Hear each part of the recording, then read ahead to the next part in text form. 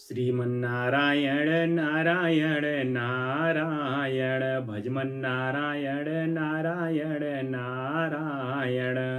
भक्तों, आज हम आपको अनंत चतुर्दशी व्रत की कथा सुनाने जा रहे हैं। भगवान अनंत देव जी का ध्यान कर अनंत सूत्र यानी रक्षा सूत्र को 14 गांठ बनाकर पुरुष दाहिने और स्त्रियां बाएं अंग में बांधती हैं। इस व्रत के प्रभाव से उन्नति और सौभाग्य प्राप्त होता है।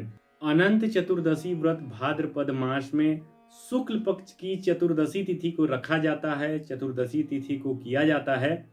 इस दिन को अनंत चौदस के नाम से भी जाना जाता है। अनंत चतुर्दशी के दिन भगवान विष्णु के अनंत स्वरूप की पूजा की जाती है। इस व्रत के प्रभाव से जातक को अनंत फलों की प्राप्ति होती है।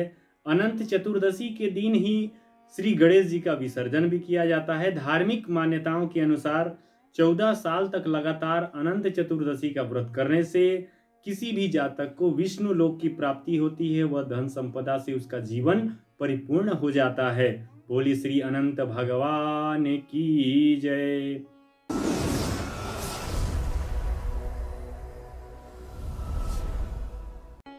तो कथा इस प्रकार आती है कि एक बार महाराज युधिष्ठिर जी ने इंद्रप्रस्थ में राजसूय यज्ञ किया था। उस समय यज्ञ मंडप का निर्माण बहुत ही सुंदर तरीके से हुआ था और वहां की रचना बड़ा ही अद्भुत थी।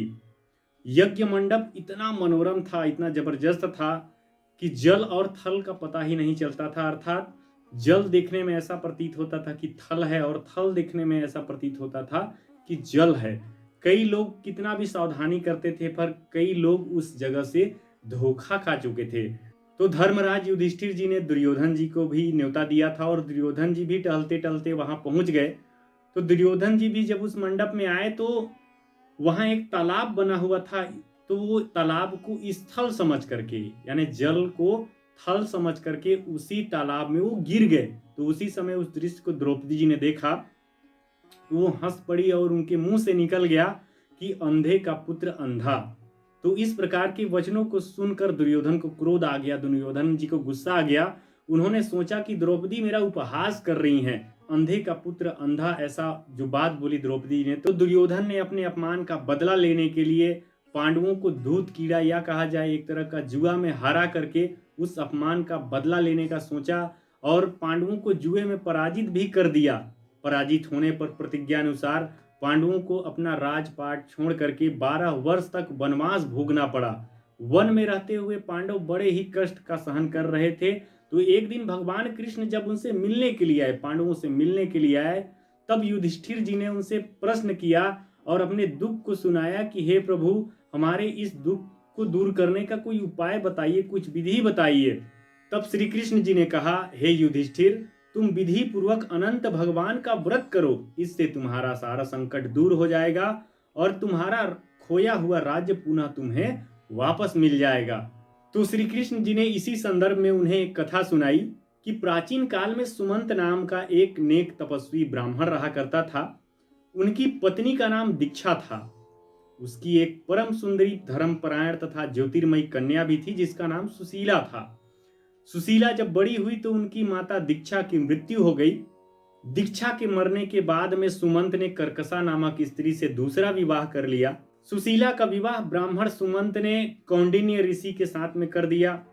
तो विदाई के समय में कुछ देने की बात पर कर्कशा ने यानी उसकी सौतेली माँ ने अपने दामाद को कुछ ईंटें और पत्थर के टुकड़े उसको बांध कर दे दिए, पोटली में बांध कर दे दिए। तो कौंडिन्य ऋषि दुखी होकर अपनी पत्नी को लेकर अपने आश्रम की ओर निकल पड़े, अपने आश्रम की ओर चल दिए। परंतु रास्ते में ही रात हो गया। तो नदी किनारे विश्राम करने की इच्छा से जब वो रुके तो सुशीला ने देखा कि वहां पर बहुत सी स्त्रियां सुंदर सुंदर वस्त्र पहन करके किसी देवता की पूजा कर रही थी। तो सुशीला उनके करीब में गई और पूछने लगी। तो उन स्त्रियों ने विधि पूर्वक अनंत भगवान की व्रत की महत्ता बताई।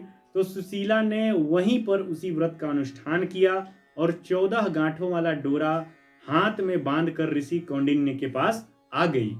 तो कौंडिन्य ऋषि ने सुशीला से डोरे के बारे में पूछा। तो सुशीला ने सारी बात बताई। तो कौंडिन्य ऋषि ने डोरे को तोड़कर अग्नि में डाल दिया।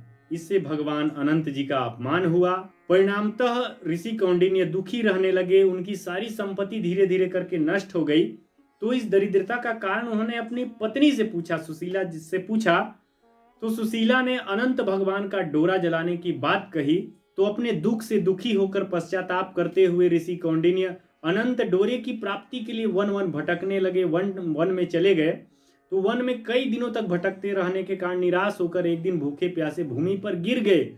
तब अनंत भगवान प्रकट होकर बोले कि हे कौंडिन्य, तुमने मेरा तिरस्कार किया था, उसी से तुम्हें इतना कष्ट भोगना पड़ रहा है।